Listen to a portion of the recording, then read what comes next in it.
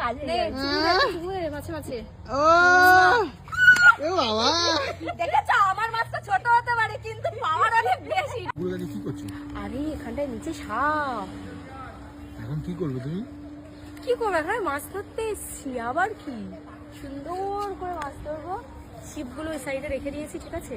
এখন আমি এখানটা একটু দাঁড়াবো, দাঁড়িয়ে দেখবো কোন দিকে বেশি মাছ আছে। বলো তো কোন দিকে বেশি মাছ আছে? এইদিকে? তাহলে ওইদিকে এতগুলো ছেলে কি করছে?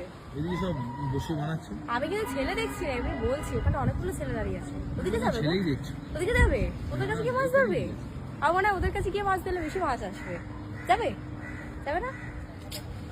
আর কি করা যাবে, ঠিক আছে চলো বড়শি দিয়ে মাছ ধরি। যখন বসবো একটা মাছ উঠবে, তারপর থেকে তোমাকে দেখাবো। চারটা দিয়েছো?